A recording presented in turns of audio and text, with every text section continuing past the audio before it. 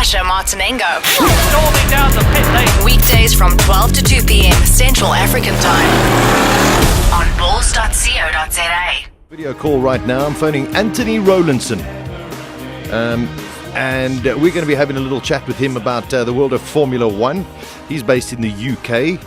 It is ringing at present. Oh, there he is. I think we've got him. Anthony, how are you? How are you? I just put some headphones on. There we go. We've got Anthony Rowlinson. Just to let you know, Anthony and I met for the first time back in... Oh, it was Monday, which was just a couple of days ago. Anthony, how are you doing? Good, thank you. I'm good. I'm great. Good man. Great. Thanks very much for the short notice by having a chat to us. Anthony and I were both on... there we go. We were both on the set of the movie Rush over at Brands Hatch over Monday. And we just got chatting. And you currently working for Red Bulletin at the moment? That's correct, yeah. All right, but moving on to F1 racing. Yeah, from mid-August. Okay, that is going to be stunning. Just for those listening to us, GEARZ, for the first time, Anthony, it's the first time you chatting to them as well. Give us just a little bit about a background of your motorsport and Formula One. I went to work for Autosport back in 2000 as editor. That was quite fun for a couple of years. Then I moved to F1 racing, working with Matt Bishop, who you may or may not know, who's a very well-known editor of that magazine. And after that, I went back to Autosport for a while doing the F1 gig, sort of man in the paddock for 3 years. That was a lot of fun.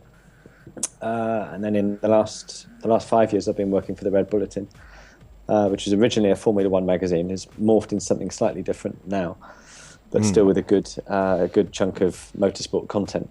But anyway, it's back to F1 in a couple of months, which I'm very much looking forward to. Yeah, no, I must say, and it's great that we made contact. We chatted quite a bit on Monday about the sensational, extraordinary, one could say, Spanish Grand Prix over the weekend. So I want to pick your brain on a couple of things. The first one, have you heard any more about the pit lane fire that took place in the Williams garage?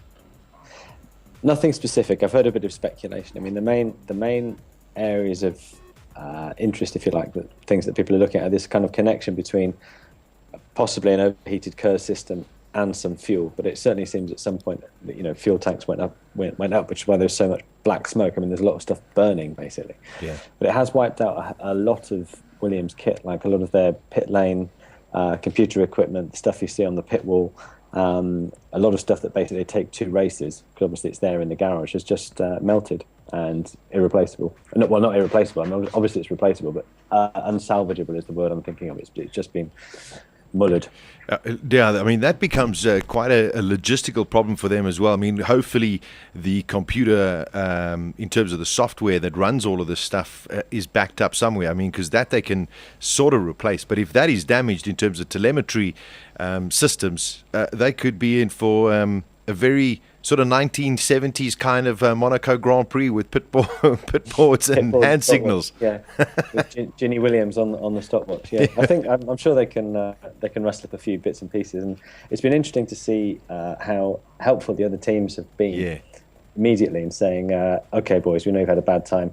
We'll lend you some kit." I mean, it's quite amazing actually to see that sort of brothers in arms spirit when something like that happened. And we all saw the pictures. The Toro Rosso guys were in there with hoses and fire hydrants and all the rest of it. And some of these guys got hurt. They got burns and smoke inhalation. It was really quite something. It was actually. I mean, we did it at the time. You sort of think, okay, it's just a fire, but it was a pretty serious incident. Yeah, I mean, looking at some of the pictures that came out and emanated after the Grand Prix, I mean, it looked as though it was a true catastrophe. I believe there's just one of the Williams personnel still in hospital, but actually doing exceptionally well, and everybody else has been released and all in good health. Yeah, that's correct. That's as I understand it as well. Yeah. Also, over the Grand Prix, and we'll talk a little bit about Pastor Maldonado in a short while. I want to get your take, Anthony, on the Senna Schumacher incident where we've now been seen that Michael gets a 5-place penalty going into Monaco. Yeah, well, the thing is, it's hard to slag off Michael, isn't it? Because he's a 7-time world champion and all the rest of it. But, what's he said this year? He said the tyres are like driving on eggs. Nobody else got that much of a problem. He blamed Senna for some incident last year in China or wherever it was, and immediately it's the blame game. He called him an idiot, and he called Senna an idiot, but the stewards don't think so because they penalised him. Exactly. And as far as I could see from the footage, he drove into the guy, and it's like if you're on the street, if you hit a car from behind, we all know that you're the person who gets the penalty. And okay, they're doing best part of 200 miles an hour, they're in the braking zone. Okay, it's a split-second thing, but it looked to me as if Michael veered back into Senna, having tried to avoid him on the left. He seemed to veer back into Senna, and I didn't see that much of a move from Senna.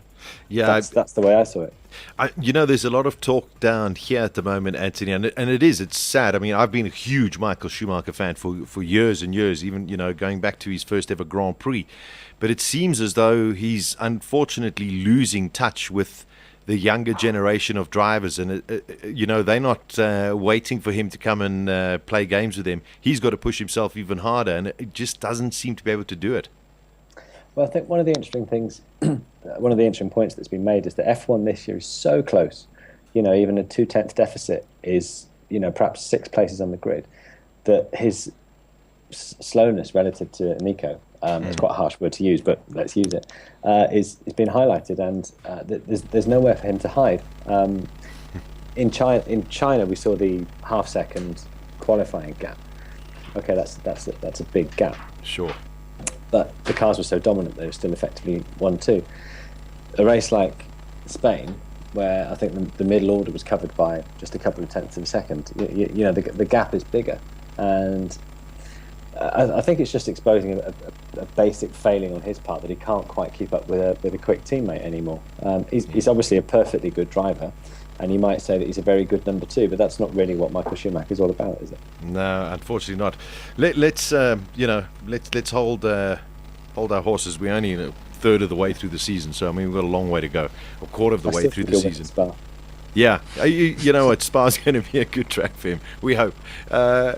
The last thing I want to talk about, Anthony, Felipe Massa and Ferrari. There's so much talk at the moment. I mean, names like Adrian Sutil, Jerome D'Ambrosio has been bandied about as replacing Felipe Massa at Ferrari. Is this just media speculation, or the way that I think it is perhaps Felipe's last chance could well be at Monaco? Well, I think the fact that Ferrari put out a statement saying we expect an immediate improvement, they've never done that. They've supported him through thick and thin. He was their guy. He was a junior driver. He had the season off testing. I think it was 2003.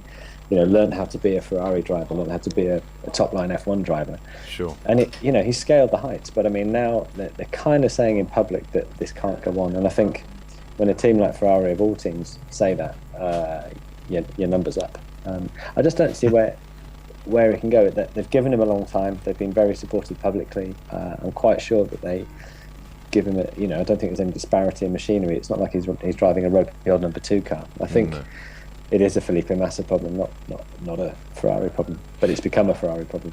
It has, yeah, definitely. But I suppose also, if you look at trying to change drivers sort of mid-season, it does become a bit of a headache for any kind of a team, because any driver that you really are looking for is tied up in a contract at another team. So, I mean, guys like D'Ambrosio, who I really wouldn't think would be an option for Ferrari. Sutil may be a bit of an option, but I mean, would they sort of take a half-year contract? Well, Sutil's an interesting one, isn't it? Because I'm sure he'd take anything that was offered to him right now to get back in. And he was in the Spain paddock, which was the first time he's appeared at a race since the end of last year. It's debatable. Suter's obviously a quick guy as well. I mean, he's shown some good form over the last couple of seasons, so he might be a smart move. Whether Ferrari would want to take on the sort of PR baggage that Adrian Sutil would bring is another question. I think the difficulty that they have is that obviously they're not a team that chop and change drivers at the drop of a hat. They're not like that. Ferrari don't really operate like that. So they'd be really looking for their next sort of guy for 2, 3, 4 years. That person is more than likely to be Sergio Perez, maybe Webber. Sure. But neither of those two are going to be popping out of Sauber or Red Bull in the middle of a season.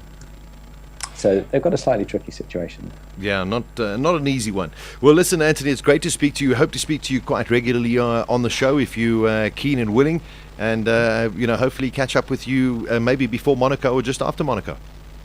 Be great, yeah. All right, great. Thanks Look for the after call. yourself. Okay, take care. Cheers. Bye-bye. There we go. Anthony Rowlinson. You can follow him because our brilliant Maz found him on Twitter. He's F1_prof on Twitter. Go and follow him. He's a really, really great guy. And we'll try and get him on here as regularly as possible with his insights into Formula One. Don't forget, he's really, really lucky because he's in the paddock at just about every single Grand Prix.